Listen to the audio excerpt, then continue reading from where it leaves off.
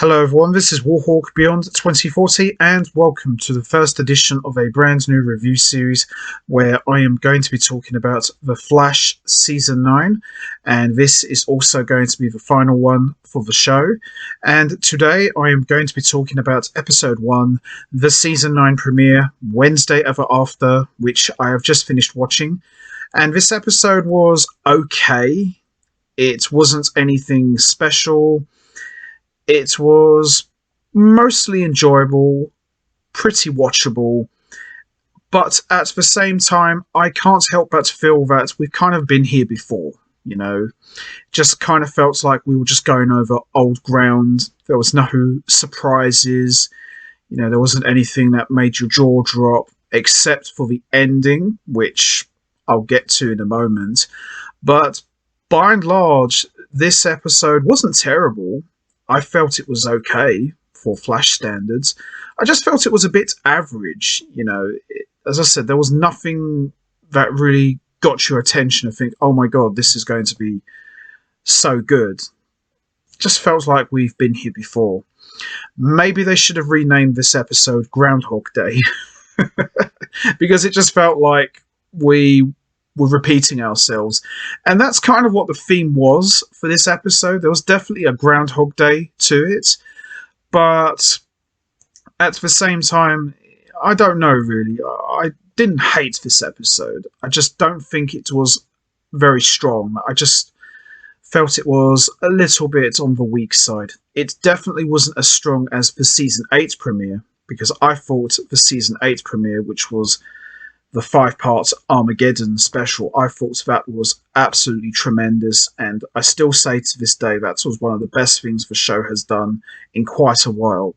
And I was hoping for not necessarily a continuation of that, but I was hoping we would carry on that trend and maybe do something completely new and different. Unfortunately, we didn't get it in this episode. But, as I said, this was still pretty watchable, mostly enjoyable, but there was nothing really to get my teeth into. And as I said, there was just nothing here that we haven't seen before. So this episode is set 1 week after Eobard Thawne's defeat and the Negative Forces implosion. And we pretty much see Barry Allen and Iris West Allen, you know, go back to their normal lives, really. So there's a twist to this, you know. As I said, there's something does happen, but it's nothing special. So we kick off this episode. We see Team Flash dealing with Tar Pit, which to me looks like magma from Batman Beyond. You know, the big thing made of molten lava. Kind of looked like that a little bit. Tar Pit's going around threatening Central City. We see Team Flash on the same page, working together, doing their thing, and then we see Killer Frost. Now, this was the moment that really jarred my head. Everybody's doing their thing, couple of little corny lines in there, but nothing to really go mad over. We see Killer Frost there, just like we saw her last time, doing her thing, and this was the moment where I sat there and thought, hang on a minute, didn't you just die back in Season 8? But it becomes clear that all is not what it seems. Now, this was the moment where I thought, okay, something's going on here. This is really going to kick off things in a big way. And we see Killer Frost say to Barry, you should have saved me, but you didn't. And we see her pass out. And then we see all of the other members of Team Flash all pass out. And Barry starts losing it. Oh, no, not again. And Iris, please, I won't lose you. I won't, you know, leave your side. And Iris just quietly says, it's too late, Barry. And she, you know, fades out. And then we realise that this has all just been a nightmare. And Barry wakes up from his nightmare. And yeah, this was a very good, strong opening. I thought, you know, this was very, very cool. And this nightmare was basically about Barry not being able to save the people he loves. Yeah, we've kind of seen things like that before, but it was still a good opening. Don't get me wrong. This was still a good opening. This, you know, really grabbed my attention. So then we see the next morning, Barry and Iris wake up, and as I mentioned, it's been a week now since the events of the season 8 finale. Barry and Iris go back to work, go back to their business.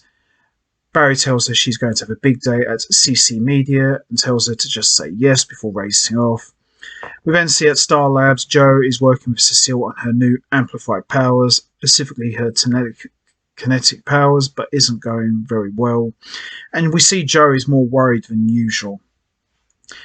We then see at work, Allegra gets Iris up to speed on things and reveals that Cat Grant, yes, we got a Cat Grant name drop in The Flash. Love it.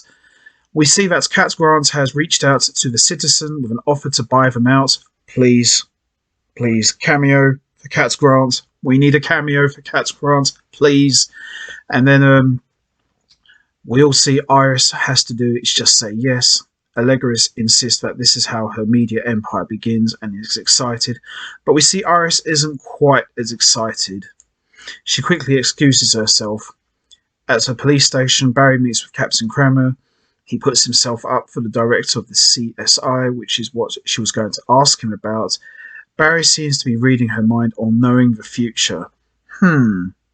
Maybe this is how the Flash could end. Maybe he retires from being a hero and takes over this CSI. Sounds like a good ending, doesn't it? Nah, didn't think so. He reassures her that he can handle both the promotion and being the Flash at the same time. They get word about a transport downtown under attack, and Barry goes off into action as the Flash. The attack is being carried out by a new Captain Boomerang, who is known as Owen Mercer. Yeah, I prefer the old Captain Boomerang, personally. He was way cooler. They fight, and Barry loses, and Mercer teleports away. Barry isn't worried about catching him. He says they'll catch him another day, and he tells Chester and Allegra to have the day off, as he's got dinner plans with Iris. Something's not right here. However, the device Mercer was messing with crackles with suspicious lightning, and later that evening, Barry reveals his map book to Iris. He's created a record of everything that will happen to them in the future, and he's even come up with a catalogue of all of the events they figured out between time travel and Gideon's records. Oh boy. He tells Iris about his nightmare and thinks that the book will let him keep everyone safe because he can see things before they happen. Of course you can. And reveals that Iris will be pregnant in exactly 3 months and win 2 Pulitzers. Yeah. Barry is clearly excited about the idea of being able to know and react to the future before it happens, but Iris is visibly unsettled and the pair go to bed, tabling the conversation for another day. As they sleep, there's weird energy that seeps around them, and when the morning comes, it's Wednesday, February 1st, all over again. Though it takes both Barry and Iris a little while to figure that out. This time, when Barry faces off with the new Captain Boomerang, the fight goes badly again, with Barry dying, except when he does, he and Iris both wake up at home at the start of a new Wednesday. They both realise they're trapped in a time loop.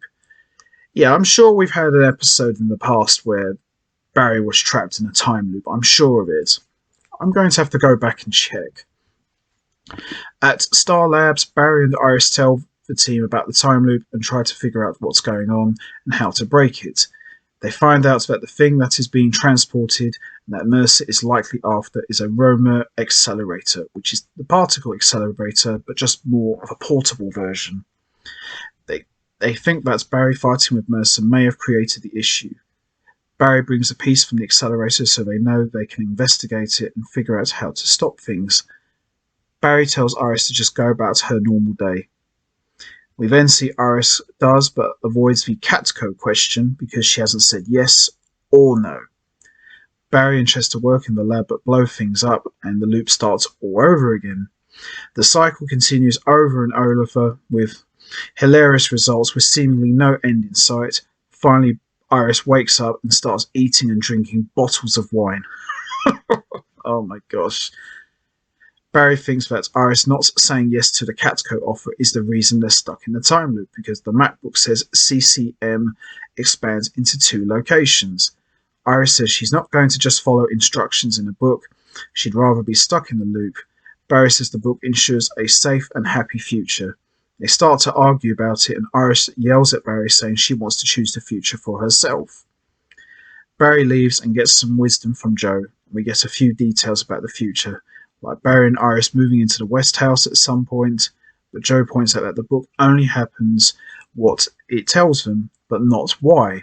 It doesn't explain how people feel about it. The future is something that must be created. Barry goes home to Iris and they talk. Barry decides to simply appreciate their lives while it is still happening, even if that means being stuck in a time loop forever. He throws the map book in the fireplace and burns it. They wake up the next day for another Wednesday, February 1st, and this time they spend it together.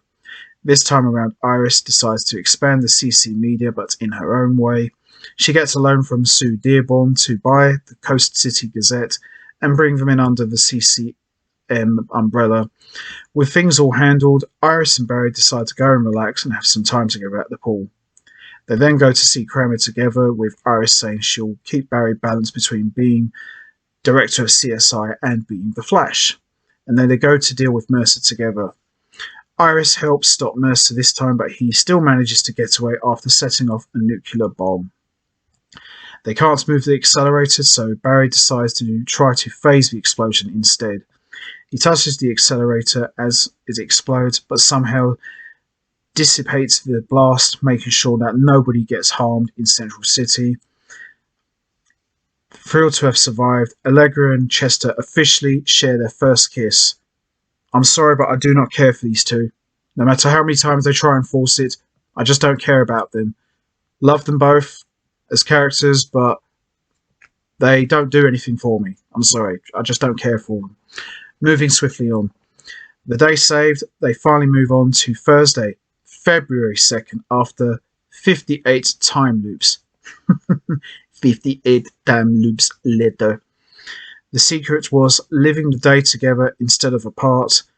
We'd see Mercer did get away with the battery, so he remains a threat, and they realise that he has a partner. Barry and Iris decide that they're going to take time for themselves, including having a baby moon. Cecile gets control over here, telekinesis. Joe suggests that maybe it's time for them to leave Central City. Oh no. This is the moment we've... oh boy. We were dreading, really. Barry gets a call from Caitlin Snow, who informs Barry that she is neither Caitlin or Frost. Not sure what that means, but I'm sure we'll find out soon enough, because if you remember, at the end of Season 8, we saw Caitlin emerge, but we didn't exactly see who or what. And as we come towards the end of the episode, we see Captain Boomerang, aka Owen Mercer, is revealed to be working with another evil speedster, one who looks very much like Batman, and we hear an evil, distorted voice saying that when I'm done with the Flash, he's going to wish he was done.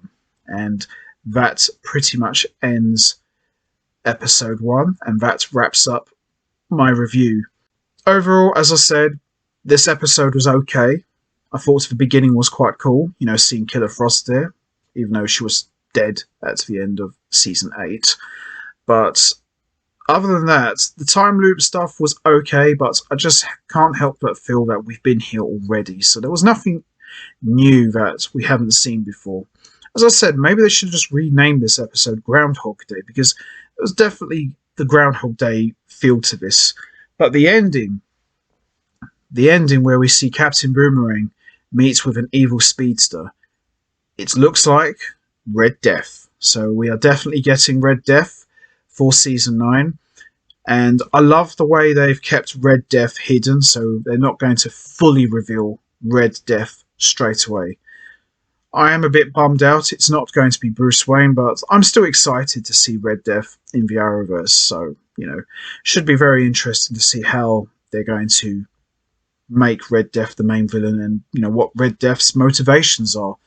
But overall, a solid episode, pretty enjoyable, mostly watchable, but as I said, nothing special here. Pretty weak compared to the Season 8 premiere, but as I said, there was some good stuff here that I enjoyed. Let's just say there was enough going on here to give it a pass, to say, okay, Not the best, but not the worst, but just enough to say, yeah, it was okay. But definitely looking forward to seeing Red Death if and when we do get that in future episodes. So that's going to be it from me. I am going to wrap this up now. What's your thoughts on this episode? Did you enjoy it? What did you think of the time loops with Barry and Iris? Do you think it felt like they were just going over old ground? And what about this new Caitlin Snow, who claims to be not Caitlin Snow or Killer Frost? What's her motivations? And also, what about the Red Death tease at the end of the Season 9 premiere? Where do you think that's going to go? When do you think we'll see Red Death officially? Could it be in the next episode, or do you think it could be a few episodes down the line? And what did you think of the new Captain Boomerang? Did you like it, or do you prefer the old one? And what's your thoughts on Joe possibly wanting to leave Central City for good?